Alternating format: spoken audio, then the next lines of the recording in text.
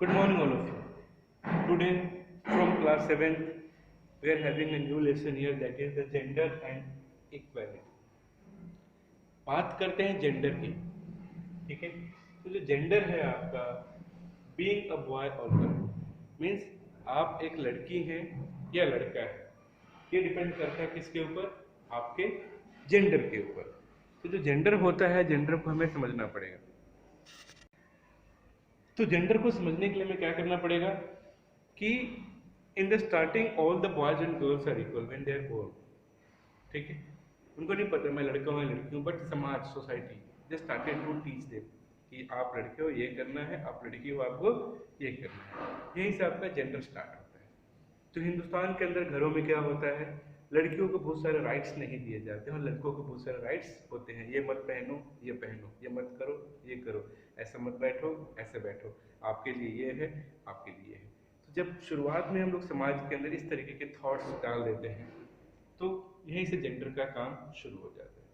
तो इंडिया, जहाँ पे महिलाओं की कंडीशन बहुत ख़राब है, औरतें लड़कियों के साथ हमेशा आए दिन आप different type of the you can say the incident are happening here, तो that is the big problem here. तो ये लेसन आपको इसी तरफ ले जाएगा, जहाँ पे आपको दिखाएगा, बताएगा, समझाएगा कि क्या प्रॉब्लम्स होती है। तो सबसे पहले जेंडर, आई होप दैट आप समझ में आ गया, बीइंग अ बॉय और गर्ल, आप एक लड़का है या लड़की है, that is called the gender. फिर gender stereotypes, stereotypes are the people those are having the very old kind of the thoughts that they have the discrimination among the boys and girl, ठीक है। ये एक पुरानी विचारधारा होती है ना, जो पीछे से चलती हुई आ रही है कि लड़कों के लिए नहीं करना, लड़कों के लिए करना है, लड़कों के लिए अच्छा नहीं है, लड़कों के लिए अच्छा है, लड़कों के लिए ठीक है, लड़कों के लिए ठीक नहीं है। ऐसे थॉट्स को स्टीरियोटाइप्स कहा जाता है, जो इसको और आगे की तरफ बढ़ाते हैं। तो बात करते हैं सेक्स रेशियो की। सेक्स रेशियो क्या होता है, जब किसी जगह पे जब हम ये पता लगाने की कोशिश करते हैं कि पर थाउजेंड पे कितनी महिला और कितने पुरुष है, means the calculation of population on the behalf of boys and girl पर थाउजेंड, कि 1000 लड़कों पे कितनी लड़कियां हैं, तो इसको सेक्स रेशियो कहते हैं। तो इंडिया का सेक्स रेशियो काफी हिला हुआ है, ठीक है। और स्टेट्स के मामले में तो और भी बड़ा दिक्कत है, हरियाणा में, राजस्थान में बहुत कम है। यानी अगर 1000 लड़के हैं तो लगभग 700-800 लड़कियां हैं। तो आप सोच सकते हो कि ये जो प्रकृति का जो बैलेंसिंग है वो क्या हो रहा है, डिस्टर्ब हो रहा है, ठीक है। अगर लड़के ज़्यादा हो जाएंगे, लड़कियां कम हो जाएंगी, तो बहुत सारी चीज़ें रुक जाएंगी, ठीक है। तो पॉपुलेशन हमेशा इक्वल होना चाहिए। तो बात करते हैं आगे फीमेल इन्फेंटिसाइड की। Female infanticide, the word which explain you कि how we kill the baby girl before the birth. यानी हम क्या करते हैं, जब किसी महिला का बच्चा पैदा होने वाला होता है तो उससे पहले हम उसको अबॉर्शन के द्वारा, किसी और तरीके द्वारा पेट में ही फिनिश कर देते हैं, पता लगाते कि लड़की है, उसके बाद उसको धरती पे जन्म ही नहीं लेने देते, ठीक है।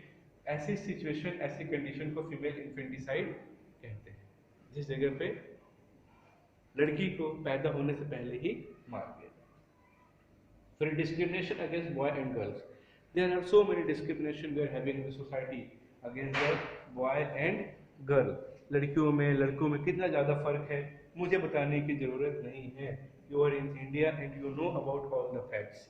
If you are a girl, you can see, if you're a boy, you can see what are you doing. You are free to go anywhere, but girls, they don't have the permission. You can play anything, you can drive anything, you can eat anything, you can talk anything, but the girls, they are not having the such kind of the freedom in the society. Why? I don't know. And you are also knowing why and what is the reason behind this. That is the thought of the past. And the police, प्रशासन, they don't want to take any type of the action. Crimes इतने ज़्यादा है, parents भी क्या करें, ठीक है। आगे चलते हैं, जेंडर एंड डेमोक्रेसी। हम बोलते हैं democracy, democracy is the word that is explain you so many time by the teachers, but क्या हमारे देश में महिलाओं के लिए डेमोक्रेसी है? महिलाओं को किस तरीके से परेशानियों का सामना करना पड़ता है, ठीक है। Sexual abuse, dowry, exploitation by the parents, husband and the brother-in-law, mother-in-law, father-in-laws.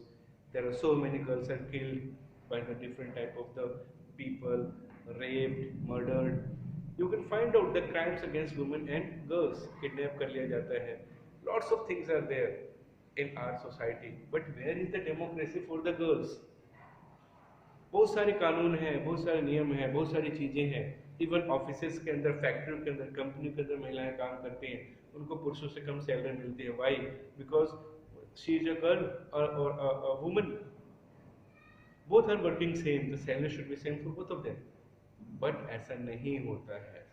ठीक है, तो डेमोक्रेसी की बात करते हैं हम लोग, जेंडर की बात करते हैं, पर क्या जेंडर में डेमोक्रेसी है? नहीं.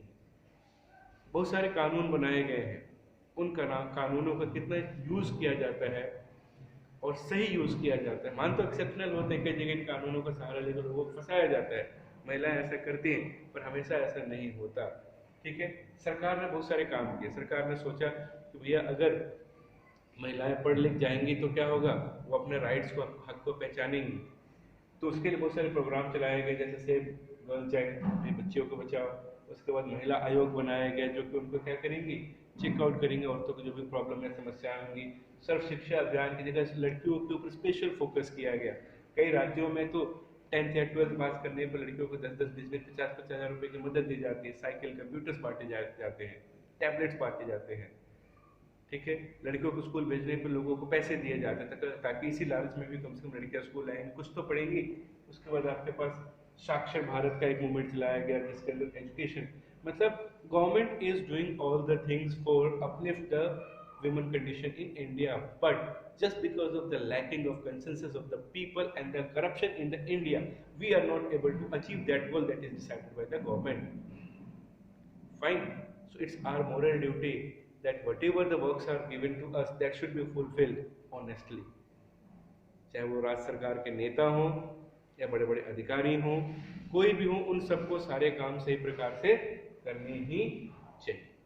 अगर वो नहीं होगा तो शायद अभी तक जो हमारा सपना है वो कभी भी पूरा नहीं हो सकता. It's my humble request to all of you, read the lesson very carefully, try to find out the correct solution. Being a boy, if are a boy, if any boy is watching to me, give respect to the women and as well as the girls, क्योंकि हम समाज बनाते हैं. और मेरा request है parents से भी कि लड़कियों की एजुकेशन पे स्पेशली ध्यान दीजिए, ताकि वो आगे जाके आपके नाम को रोशन कर सके, देश का नाम रोशन कर सके. आज लड़कियां अलग अलग फील्ड में हैं, पायलट बन रही हैं, क्रिकेट खेल रही हैं, शायद लड़कों से बेहतर लड़कियां हैं.